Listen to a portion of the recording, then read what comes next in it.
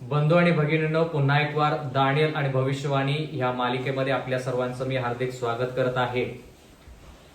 देवाच्या मदतीने आणि तुमच्या सहयोगाने आपण दानियल याच्या 9व्या अध्यायापर्यंत पोहोचलेलो आहोत आणि ह्याचं सर्व श्रेय आम्ही देवाला देऊ इच्छितो. त्याच्या मदतीने पवित्र आत्म्याच्या मार्गदर्शनाखाली आपण आजपर्यंत त्याचा अभ्यास करत आहोत.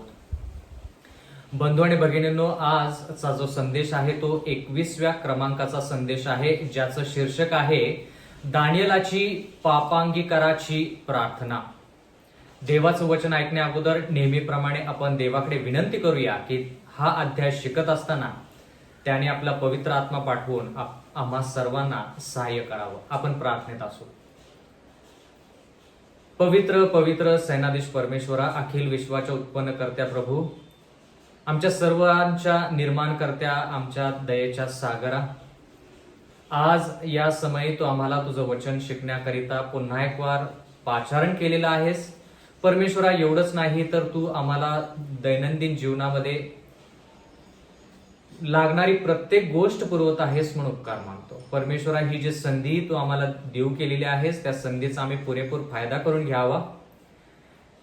या संधीद्वारे परमेश्वरा, तुझं वचन जे आहे ते वचन आत्मसात करून तू आमच्यावरती किती प्रेम करतोस याचा अनुभव आम्हाला घडावा म्हणून आम्ही विनंती करत आहोत. एवढंच नाही तर परमेश्वरा, आम्ही तुझ्यावरती किती प्रेम करू शकतो याची जाणीव आम्हाला व्हावी म्हणून तुझं वचन आम्ही आज उघडत आहोत, मागत आहोत. नेहमीप्रमाणे पवित्र आत्मा तुझा जो आहे तो आमच्यावरती उतरावा आणि ह्या अध्ययनाचा पूर्ण त्यानं ताबा घ्यावा, जेणेकरून जे विचार आम्ही विचार करू किंवा जे शब्द आम्ही बोलू, ज्याच्यावरती आम्ही मनन करू, ते सर्व तुझ्या गौरवासाठी, तुझं नाव उंचवण्यासाठी आणि आमच्या आध्यात्मिक जीवनाच्या वाढीसाठी असावं असं होऊ दे.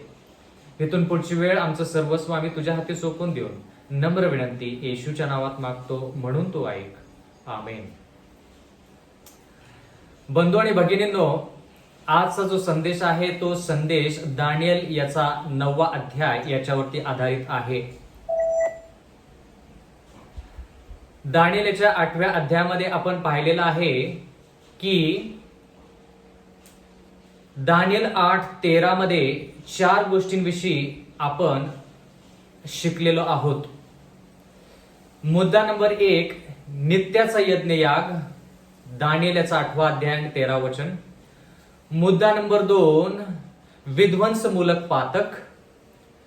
मुद्दा नंबर 3, देवाचे पवित्र स्थान. आणि मुद्दा नंबर 4, सैन्य जे देवाचे लोक आहेत.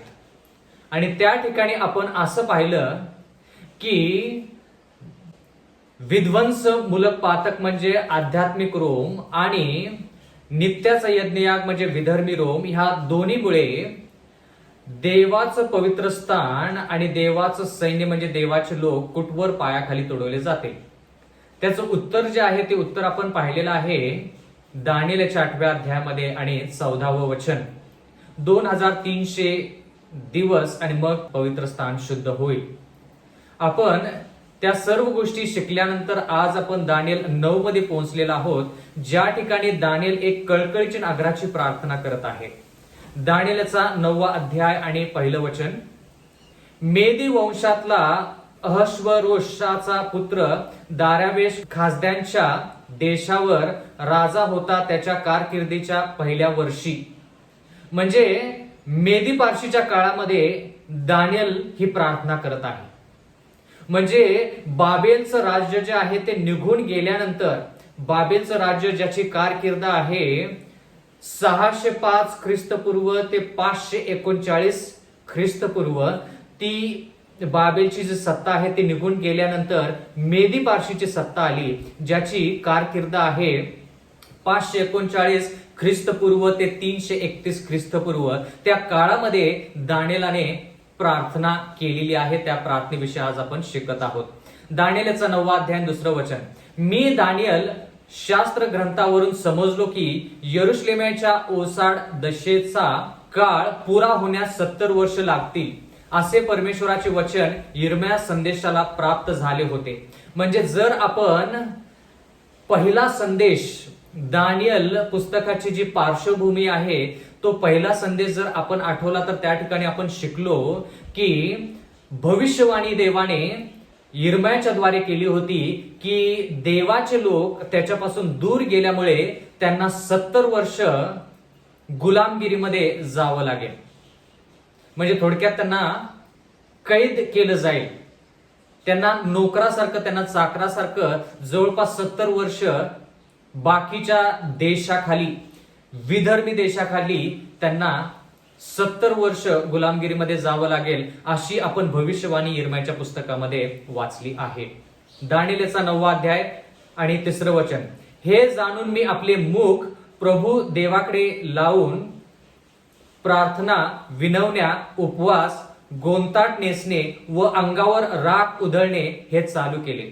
म्हणजे ह्या सर्व गोष्टी, म्हणजे थोडक्यात 70 वर्षची जी भविष्यवाणी आहे ती भविष्यवाणी पूर्ण होत असताना किंवा त्या 70 वर्षाचा शेवट होत असताना देवाचं वचन म्हणतं की दानिएलाने काय केलेली आहे, प्रार्थना, विनवण्या, उपवास, गोंताट नेसणे या सर्व गोष्टी सुरू केल्या. कारण की का, त्याला आता देवाकडे विनंती करायची आहे की देवा 70 वर्ष पूर्ण होत आहेत, तर तू तुझं जे वचन तू आम्हाला देऊ केलेले आहेस ते वचन तू पूर्ण कर.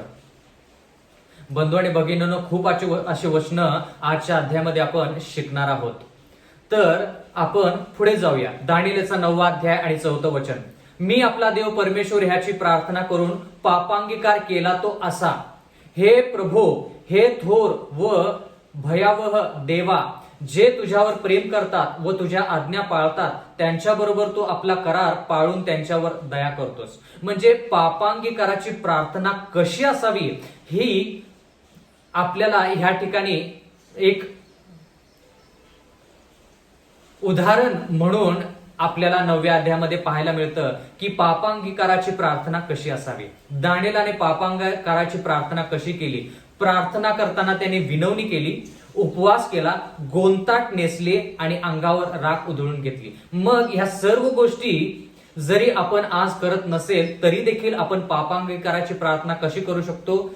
विनवणी करून, स्वतःला कमी लेखून, सर्व श्रेय जे आहे ते देवाला देऊन, देवाचा उपकार मानून, सर्व विनंत्या ज्या आहेत, विनवण्या ज्या आहेत त्या त्याच्या पायाशी, त्याच्या चरणाशी ठेवून आपण पापांगीकार करू शकतो.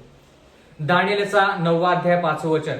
आम्ही पाप केले. आता दानिएल म्हणत आहे की पापांगीकाराची प्रार्थना त्याने ज्यावेळेस केली तर त्यावेळेस असं दानिएल म्हणतो, आम्ही पाप केले. आता आम्ही पाप केले म्हणजे थोडक्यात तो बाकीच्या लोकांचा समावेश देखील त्याच्या प्रार्थनेमध्ये करत आहे.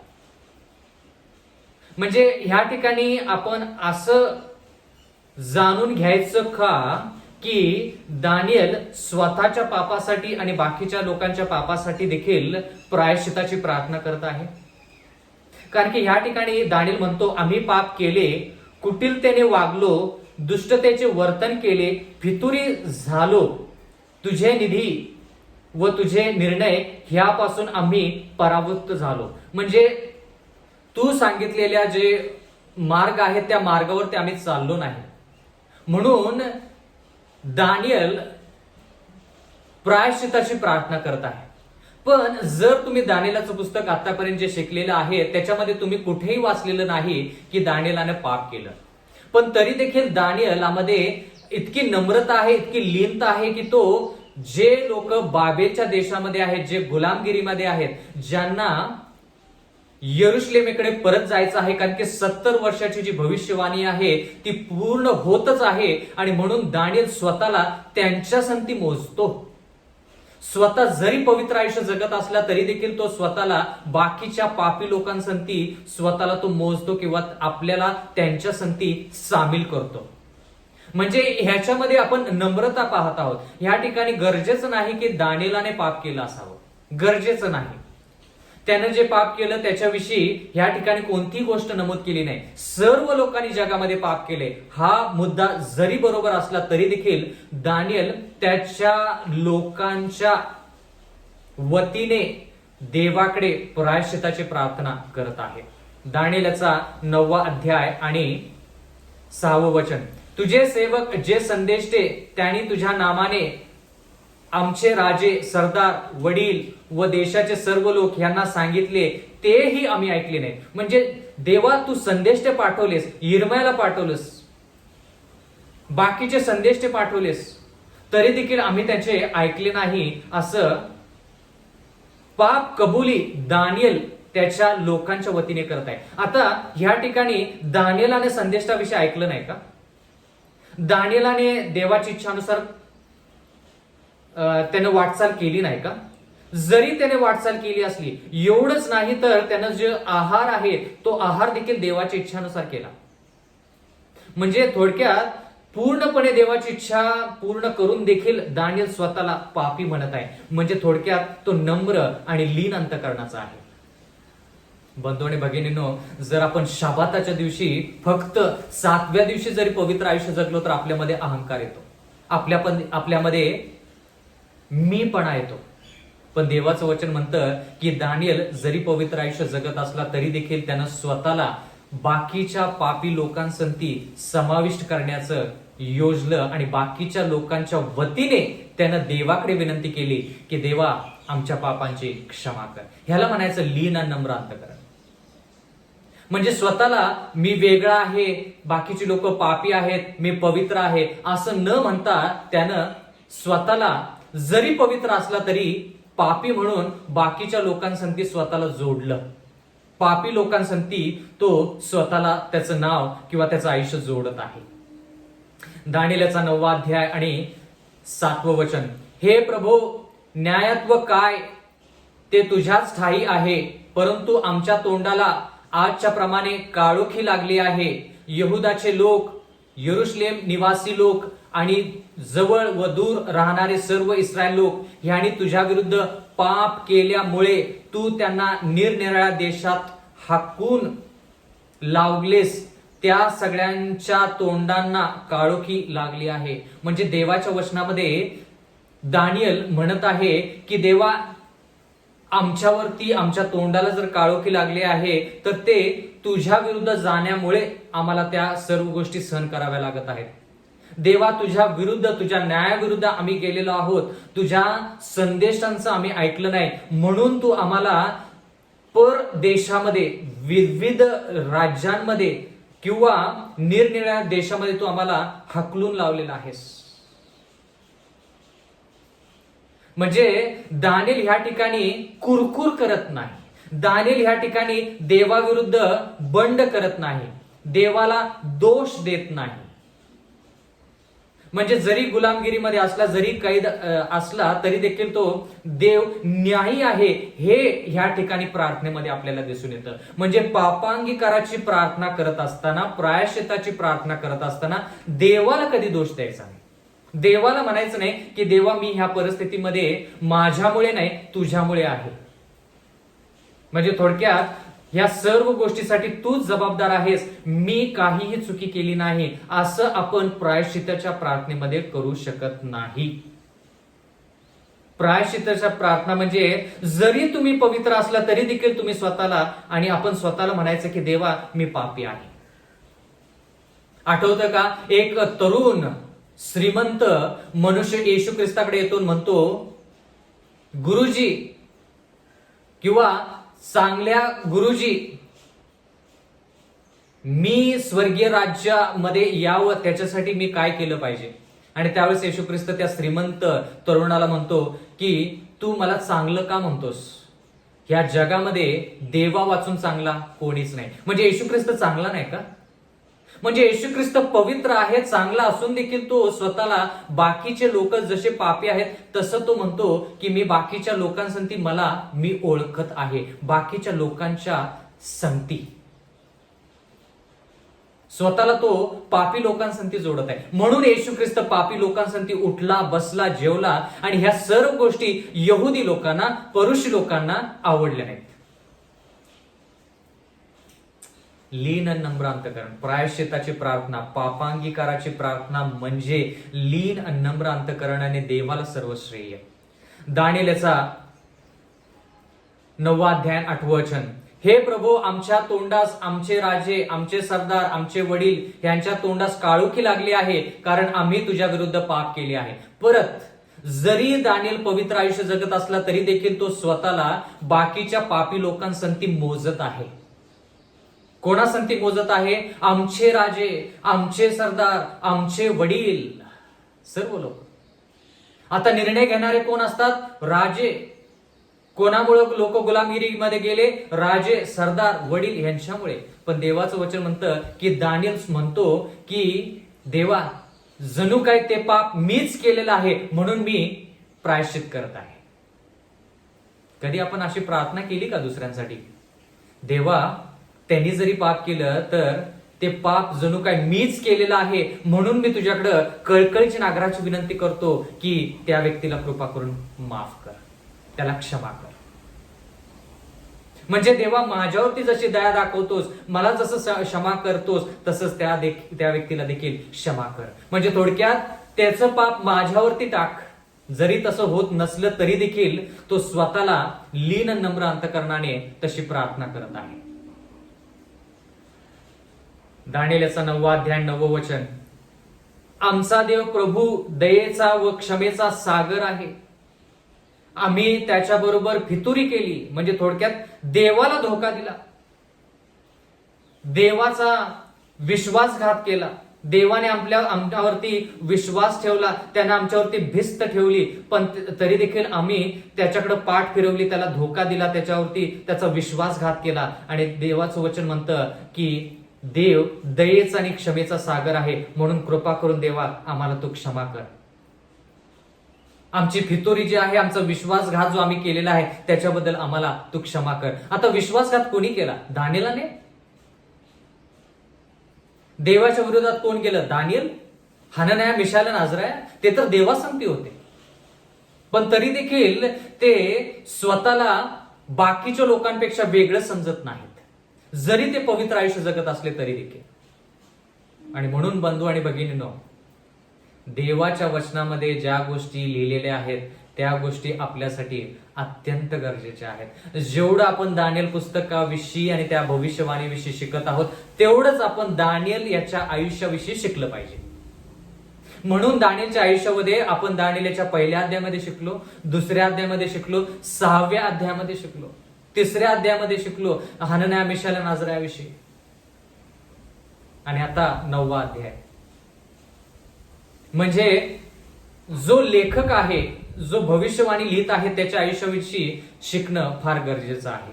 कारण की देवाने त्या व्यक्तीला कसं वापरलेलं आहे भविष्यवाणी सांगण्यासाठी, हे देखील आपल्याला कळतं. तर आता आपल्याला सर्वांना प्रायश्चित करायचं आहे, बरोबर? प्रायश्चित करत असताना आपण स्वार्थ आपल्यामध्ये नसावा. म्हणजे आपण स्वतःसाठी वैयक्तिकरित्या प्रार्थना केली तर चुकीची नाही, प्रायश्चिताची प्रार्थना आपण केली पाहिजे, पण बाकीच्या लोकांना प्रायश्चित त्यांनी करावं, त्यांच्या पापांची क्षमा देवाने त्यांना करावी, म्हणून आपण त्यांच्यासाठी देखील प्रार्थना केली पाहिजे. जणू काय ते जे पाप आहे ते आपणच केलेलं आहे, अशी प्रार्थना देवाकडे आपण बाकीच्या लोकांसाठी देखील केली पाहिजे.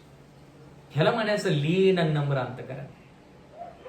आता कळालं का की दानिएल एवढा लीन आणि नम्र अंतकरणाचा होता, म्हणूनच देवाने त्याला एवढं मोठं स्थान दिलं, एवढ्या मोठ्या पातळीवरती त्याला पोहोचवलं. गुलाम म्हणून गेला, कैदी म्हणून गेला, पण तो आता राजासारखा अधिपती, ती राजावरती अधिपती जे आहे त्यातला एक अधिपती दानिएल आहे.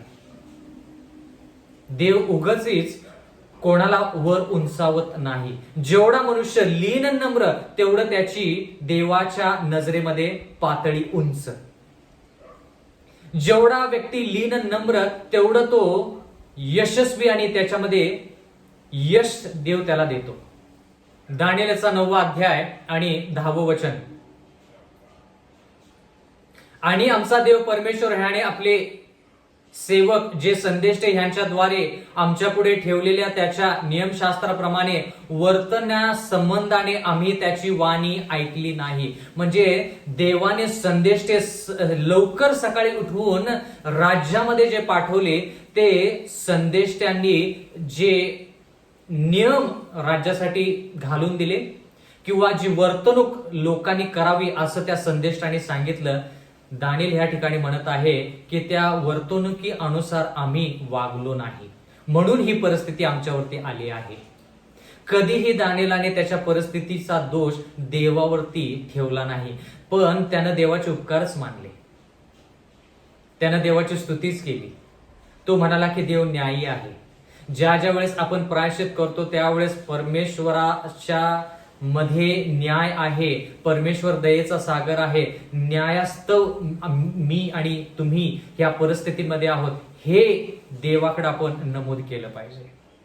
देवाला न्यायी ठरवलं पाहिजे. दानिएलचा 9वा अध्याय 11 वचन, सर्व इस्रायल लोकांनी तुझ्या नियमशास्त्राचे उल्लंघन केले आहे. त्यांनी पराड्यामुख होऊन तुझी वाणी ऐकली नाही, म्हणून आमच्यावर शापाचा वर्षाव झाला आहे. देवाचा सेवक मोशे ह्याच्या नियमशास्त्रात लिहिलेल्या शपथेप्रमाणे झाले आहे, कारण आम्ही तुझ्या विरुद्ध पाप केले आहे. वारंवार दानिएल ह्या ठिकाणी म्हणत आहे, देवा आम्ही पाप केले, देवा आम्ही पापी आहोत, देवा आमच्यामध्ये कोणतीही चांगली गोष्ट नाही, देवा तू दयेचा सागर आहेस, देवा तू क्षमा कर. तुझ्या विरुद्ध आम्ही पाप केलेलं आहे, तुझ्या संदेष्टांच्या विरुद्ध आम्ही पाप केलेलं आहे. आमचे राजे, आमचे सरदार, आमचे वडील जे आहेत त्यांनी तुझ्या विरुद्ध पाप केलेलं आहे, म्हणून आम्ही ह्या परिस्थितीमध्ये आहोत. कधीही दानिएलाने कोणालाही दोष दिला नाही. बंधू आणि भगिनींनो, जर आपण ह्या ठिकाणी वाचलं तर देवाच्या वचनामध्ये दानिएल म्हणत आहे त्याच्या प्रार्थनेमध्ये, देवाचा सेवक मोशे ह्याच्या नियमशास्त्रात लिहिलेल्या शपथेप्रमाणे झाले आहे, कारण आम्ही त्याच्या विरुद्ध पाप केले आहे. आता ह्या ठिकाणी मोशेने लिहिलेल्या नियमशास्त्रामध्ये जसं सांगितलेलं आहे तसं आमच्या आयुष्यामध्ये घडलेलं आहे असं दानिएल म्हणतो. मग आता मोशेचं जर थोडं उदाहरण घेऊया. मोशेचं लिखाण जे आहे त्याच्याकडे थोडं जाऊया आणि त्या लिखाणाप्रमाणे दानिएल आणि त्याच्या लोकांवरती जी परिस्थिती आलेली आहे ती बरोबर आहे का ती थोडक्यात आपण पाहूया. आता इथे लिहिले, मोशे याच्या नियमशास्त्रात लिहिलेल्या शपथेप्रमाणे झाले आहे. आता मोशेच्या लिखाणामध्ये काय लिहिलेलं आहे? अनुवाद याचा 28वा अध्याय आणि 47 पासून पुढे वाचूया. अनुवाद याचा 28वा अध्याय आणि 47 पासून पुढे. कारण सर्व गोष्टींची समृद्धी असताना तू आनंदाने व उल्हासित मनाने आपला देव परमेश्वर याची सेवा केली नाही.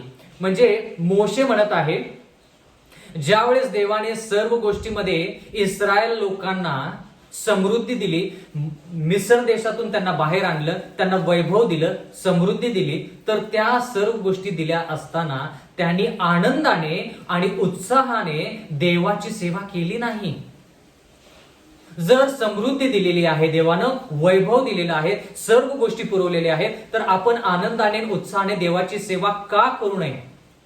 अनुवाद याचा 28वा अध्याय आणि 48वा वचन, म्हणून तू भुकेला, तहानेला, नग्न आणि सर्व बाबतीत गरजवंत होऊन ज्या तुझ्या शत्रूंना परमेश्वर तुझ्यावर पाठविल त्याचे तुला दास्य करावे लागेल. बघा किती स्पष्टरित्या या ठिकाणी लिहिलेलं आहे. देवाच्या वचनामध्ये आपण असं पाहत आहोत की मोशे म्हणतो की तू आनंदाने उत्साहाने देवाची सेवा केली नाहीस, त्याचे उपकार मानले नाहीस, म्हणून तू भुकेला आहेस, ताणलेला आहेस, नग्न आहेस, सर्व बाबतीमध्ये गरजवंत आहेस आणि देवाने जे शत्रू पाठवलेले आहेस त्याचे तू दास्य करशील असं मोशे म्हणतो.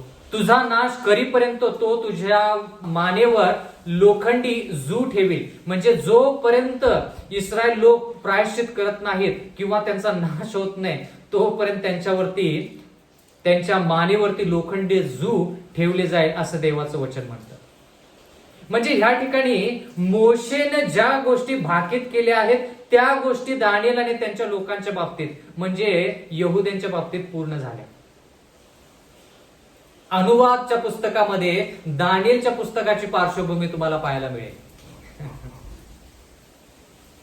एवढंच नाही तर अनुवाद याचा 28वा अध्याय आणि 49वा वचन, दुरून पृथ्वीच्या सीमेवरून गरुडाप्रमाणे झेप घेणारे राष्ट्र परमेश्वर तुझ्यावर आणील. गरुडासारखी झेप घेणार.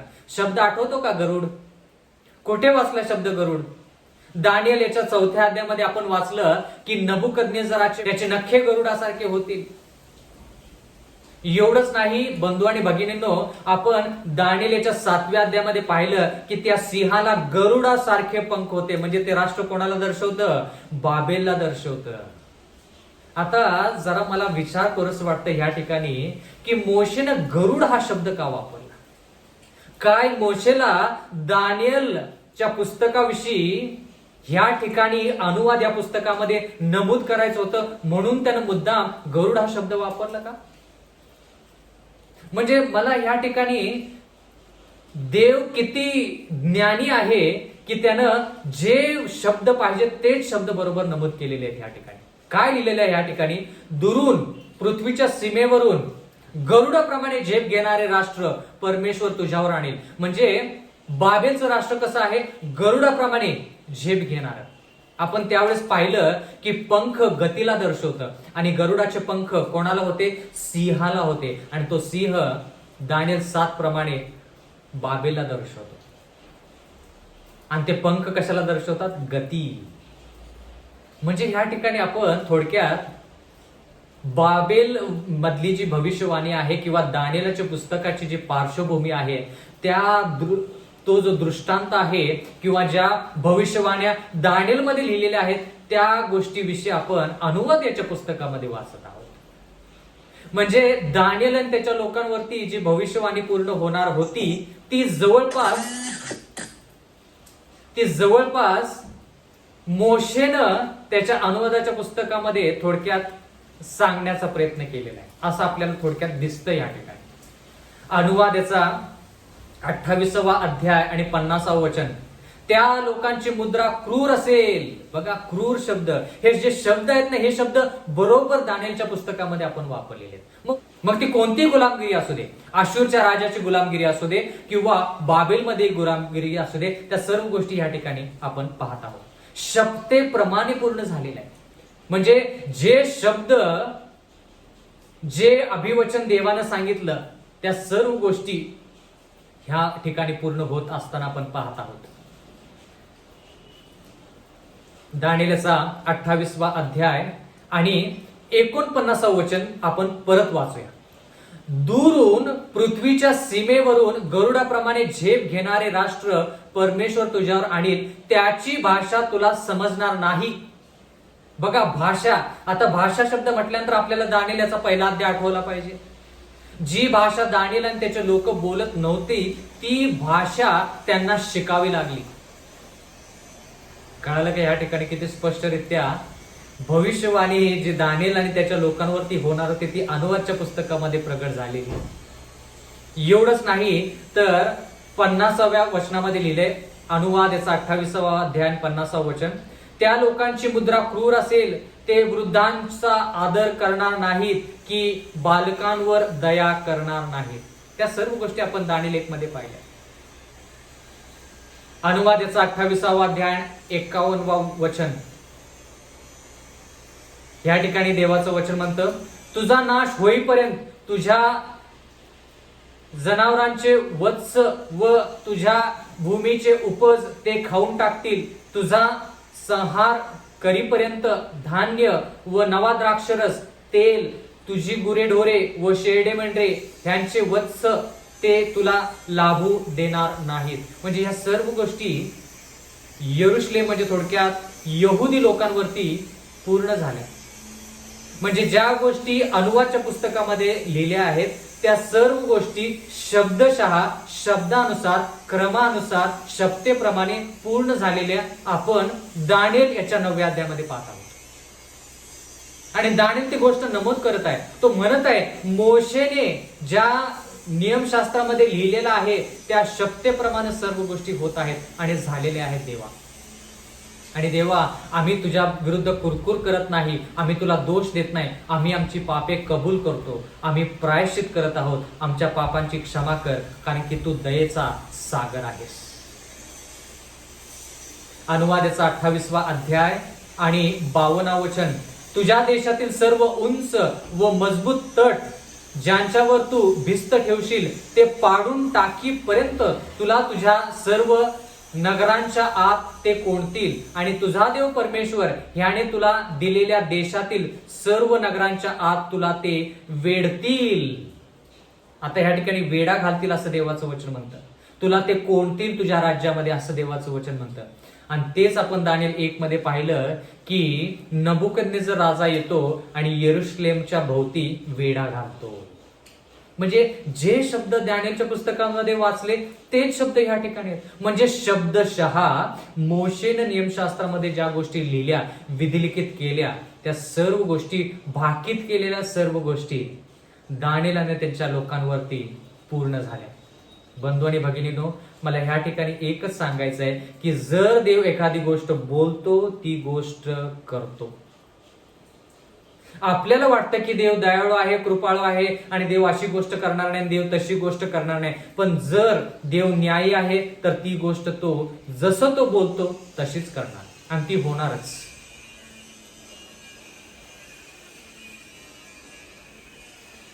दानिएलचा 9वा अध्याय 12 वचन, त्याने आमच्यावर मोठे अरिष्ट आणले, जी वचने तो आमच्या विरुद्ध व आमचा न्याय करणाऱ्या न्यायाधीशा विरुद्ध बोलला ती त्याने प्रत्ययास आणून दिली आहेत. यरूशलेमवर जशी विपत्ती आली तशी सर्व जगावर कधी आली नाही. म्हणजे दानिएल म्हणत आहे त्याच्या काळामध्ये जेवढे राष्ट्र होते त्याच्या अगोदर तेवढ्या राष्ट्रांवरती, तेवढ्या लोकांवरती जशी यरूशलेमवर परिस्थिती आली तशी त्या लोकांवरती, बाकीच्या लोकांवरती जरी विधर्मी असले तरी त्यांच्यावरती तशी परिस्थिती आली नाही. म्हणजे बघा देवाने स्वतःच्या लोकांचा न्याय कसा केला. कारण की देव त्या लोकांची काळजी पण तशी घेत होता. देव न्यायी आहे, देव प्रेमळ आहे, तेवढं प्रेम पण देवाने आपल्या लोकांवरती केलं. आणि ज्या वेळेस त्यांनी ते प्रेम नाकारलं, दूर केलं, देवाच्या विरोधात केले, तर ज्या सर्व गोष्टी ज्या बाकीच्या लोकांसाठी, विधर्मी राष्ट्रांसाठी देवाने सांगितल्या आहेत त्या सर्व गोष्टी आता त्याच्या स्वतःच्या लोकांवरती आल्या. बंधू आणि भगिनींनो, आपण जरी देवाचे लोक म्हणत असलो तरी देखील देवाच्या सानिध्यामध्ये राहण्यातच आपलं कल्याण आहे. देवाच्या विश्वासामध्ये राहण्यातच आपलं भलं आहे. आपण देवाचे लोक आहोत म्हणून आपण काही केलं तर देव आपले डोळे बंद करेल आणि आपल्याला ताडण करणार नाही असं आपण कदापि समजू नये. दानिएलचा 9वा अध्याय आणि 13 वचन, मोशेच्या नियमशास्त्रात लिहिल्याप्रमाणे ही सर्व विपत्ती आमच्यावर आली आहे, तरी आपल्या अधर्मापासून परावृत्त व्हावे व तुझ्या सत्याचा उमज पडावा म्हणून आम्ही आमचा देव परमेश्वर याची काकळूत केली नाही. म्हणजे एवढ्या सर्व गोष्टी जरी होत असल्या देवा आमच्यावरती तरी देखील आम्ही परावृत्त होऊन त्या गोष्टी दूर करून आम्ही प्रायश्चित्त केलं नाही. म्हणजे बघा किती मोठं पाप. प्रश्न विचारतो, उत्तर देऊ नका. किती जण आपण देवाने वारंवार सांगितल्यानंतर देखील देवाच्या विरोधात जात आहोत, प्रायश्चित करत नाही, पापांगीकाराची प्रार्थना करत नाही, तर आपण स्वतःच्याच इच्छेने पुढे वाटचाल करत आहोत आणि देव आपल्याला मदत करत नाही. असा अनुभव तुमच्या आणि माझ्या आयुष्यामध्ये घडलेला आहे का? का असं झालेलं आहे ज्यावेळेस आपण देवापासून दूर गेलो त्यावेळेस देवाने आपल्याला सांगितलं परत आपण देवाकडे गेलं पाहिजे, मन बदललं पाहिजे आणि लगेच आपण देवाकडे आलो, प्रायश्चित केलं. असं झालं का? दानिएल ह्या ठिकाणी म्हणत आहे की त्याच्याने त्याच्या लोकांच्या बाबतीत असं झालं नाही. जरी दानिएल पवित्र असला तरी देखील दानिएल स्वतःला पापी ह्या ठिकाणी म्हणत आहे आणि बाकीच्या लोकांच्या वतीने तो देवाकडे विनंती करत आहे, देवा 70 वर्ष पूर्ण होत आहेत, आमच्यावरती दया कर. त्यानं विनवण्या केल्या, प्रार्थना केली, उपवास केलं, गोंताट नेसले, राख डोक्यावरती उधळून घेतली. पापांगीकार, प्रायश्चित. दानिएलचा 9वा अध्याय आणि 14 वचन, ह्याच तो परमेश्वराने विपत्तीवर नजर ठेवून ती आमच्यावर आणली आहे, कारण आमचा देव परमेश्वर जी काय कृत्य करतो ती न्याय्य आहेत, पण आम्ही त्याची वाणी ऐकली नाही. म्हणजे ह्या ठिकाणी दानिएल काय म्हणतो, ज्या सर्व गोष्टी आमच्यावरती आलेल्या आहेत त्या सर्व गोष्टी आम्ही म्हणत आहोत की देव न्यायी आहे, देवाचे उपकार असू देत. पापांगीकार करत असताना जे अरिष्ट तुमच्यावरती येतंय किंवा जे त्रास संकट तुमच्यावरती आलेलं आहे, त्या त्रास संकटामध्ये देवाचे उपकार मानणं आपण कदापि विसरलं नसलं पाहिजे. दानिएलचा 9वा अध्याय 15 वचन. आता हे प्रभू आमच्या देवा, तू आपल्या सामर्थ्यवान हाताने मिस्र देशातून आपल्या लोकांना बाहेर आणले व आजच्या प्रमाणे आपला महिमा वाढवला. आम्ही पाप केले आहे, आम्ही दुराचरण केले आहे. आता दानिएल देवाला म्हणत आहे की देवा, तू मिस्र देशातून इस्रायलच्या घराण्याला तू त्या गुलामगिरीतून सोडवलेला आहेस. म्हणजे थोडक्यात देवा, कृपा करून आम्हाला पण सोडव.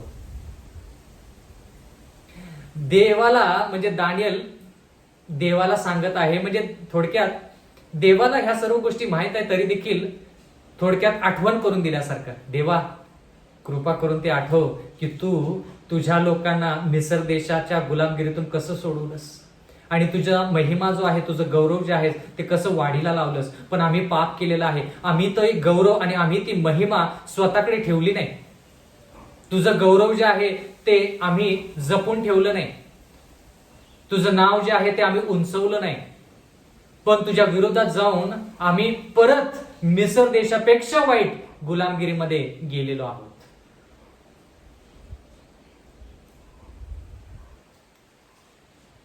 आम्ही पाप केलेला आहे, आम्ही दुराचरण केलं आहे. दानिएलचा 9वा अध्याय आणि 16 वचन. हे प्रभू, आपल्या सर्व न्यायकृत्याप्रमाणे यरूशलेम नगरीवरील तुझ्या पवित्र पर्वतावरील आपला क्रोध व संताप दूर कर. आमच्या पातकामुळे व आमच्या पूर्वजांच्या दुष्कर्मामुळे यरूशलेम व तुझे लोक आसपासच्या सर्वांना निंदेचे विषय झाले आहेत. म्हणजे लोक निंदा करत आहेत देवाच्या लोकांची. म्हणजे देवाचे लोक जे यहुदी जे गुलामगिरीमध्ये गेलेले आहेत, दानिएल म्हणत आहे की लोक आमची निंदा करत आहेत. लोक म्हणत आहेत की हे म्हणतात की ह्यांचा देव खरा आहे. दगड धोंड्याची उपासना हे लोक करत नाहीत. मग ह्यांचा देव असा कस काय, ह्यांना गुलामगिरीमध्ये कसं त्या देवाने सोडलेलं आहे. हे लोक अनाथ का आहेत. बंधू आणि भगिनींनो, काही दिवसापूर्वी मी एक ठिकाणी प्रवास करत असताना एक मित्र माझ्या संगती आला, माझ्या जवळ उभा राहिला आणि तो म्हणाला की ज्या वेळेस देवाचे लोक कुरकुर करतात किंवा वारंवार रडत राहतात किंवा त्यांच्यामध्ये काही आयुष्यामध्ये उरलेलं नाही हे दाखवतात, त्यावेळेस सैतान त्या ठिकाणी येतो आणि म्हणतो की हे लेकरू जे आहे हे अनाथ आहे का, ह्या लेकराला कोण वालीन आहे का, मग हे लेकरू असं का रडतं, जणू काही ह्याच्या आयुष्यामध्ये काही राहिलेलं नाही. आणि देव म्हणतो की सैतान आपली निंदा करतो तशा प्रकारे. आणि ह्या ठिकाणी दानिएल म्हणत आहे की लोकांनी आमची तशी निंदा केलेली आहे. म्हणजे आम्ही निंदेचा विषय झालेलो आहोत. कारण की का आम्ही तुझ्यापासून दूर गेलेलो आहोत आणि विविध राष्ट्रांमध्ये आम्ही पसरलेलो आहोत असं देवाचं वचन म्हणतं. या ठिकाणी देवाचं वचन म्हणतं दानिएल 9:17, यास्तव आता हे आमच्या देवा, आपल्या सेवकाच्या प्रार्थना व विनवण्या ऐक. तुझ्या ओसाड पडलेल्या पवित्र स्थानावर आपला मुख प्रकाश पाड. हे प्रभू, तू आपल्या प्रित्यार्थ हे कर. देवा, आमच्यामध्ये चांगुलपणा आहे म्हणून नाही, पण तुझ्या चांगुलपणामुळे, तुझ्या नामास्तव, तुझ्या प्रित्यार्थ, तुझ्यामुळे या सर्व गोष्टी तू आम्हाला दे. म्हणजे थोडक्यात आमच्या पापांची क्षमा कर. तुझ्या पवित्र स्थान जे यरूशलेम मध्ये आहे त्याचा तू विचार कर देवा. ते पवित्र स्थान पडलेलं आहे, आम्हाला ते पवित्र स्थान पुन्हा बांधायचं आहे. दानिएलचा 9वा अध्याय आणि 18 वचन. हे माझ्या देवा, कान दे, ऐक. आपले नेत्र उघडून आमचा झालेला विध्वंस पहा व तुझे नाम ज्या नगरास दिले आहे ते पहा. आम्ही आपल्या विनवण्या आमच्या नीतिमत्वास्तव नव्हे तर तुझ्या विपुल करणास्तव तुझ्याकडे मांडतो. बघा, देव ह्या ठिकाणी देवाकडे प्रार्थना करत असताना दानिएल काय म्हणतो, देवा, आमच्यामध्ये चांगुलपणा आहे म्हणून आम्ही प्रार्थना करत नाही, आमची पात्रता आहे म्हणून आम्ही प्रार्थना करत नाही, म्हणून आम्ही विनंती करत नाही, तर देवा तुझ्या करुणेस्तव आमच्या विनंतीकडे तू लक्ष दे, कान दे. बंधू आणि भगिनींनो, दानिएलचा 9 अध्याय 19 वचन. हे प्रभू ऐक, हे प्रभू क्षमा कर, हे प्रभू ऐक, कार्य कर. म्हणजे किती विनंती, किती विनंती. म्हणजे दानिएल ह्या ठिकाणी किती नम्र झालेला आहे, किती विनंत्या करत आहे. ऐक, दया कर, कृपा कर, दयेचा सागर आहेस तू देवा. तुझी जर इच्छा आहे की आम्ही जाणून घ्यावं की आम्ही पाप केलेला आहे, आम्ही पाप नमूद करतो देवा. दानिएलाने त्या ठिकाणी पाप नमूद करून प्रायश्चित केलेलं आहे. स्वतःसाठीच नाही तर त्याच्या सर्व लोकांसाठी जे गुलामगिरीमध्ये गेलेले आहेत. हे प्रभू ऐक, कार्य कर, विलंब लावू नकोस. हे माझ्या देवा, तुझे नगर व तुझे लोक ह्यांना तुझे नाम दिले आहे म्हणून तुझ्या प्रीत्यार्थ हे मागतो. वारंवार दानिएल म्हणतो आमच्यामध्ये कोणताही चांगुलपणा नाही देवा, आमच्यास्तव नाही, तुझ्यामुळे, तुझ्या नावास्तव, तुझ्या गौरवास्तव आम्हाला या गुलामगिरीतून सोडव आणि परत तुझ्या देशामध्ये ज्या ठिकाणी तुझं नाव आहे, ज्या ठिकाणी तुझं स्थान आहे त्या ठिकाणी आम्हाला तू घेऊन जा. दानिएल याचा 9 अध्याय 20 वचन.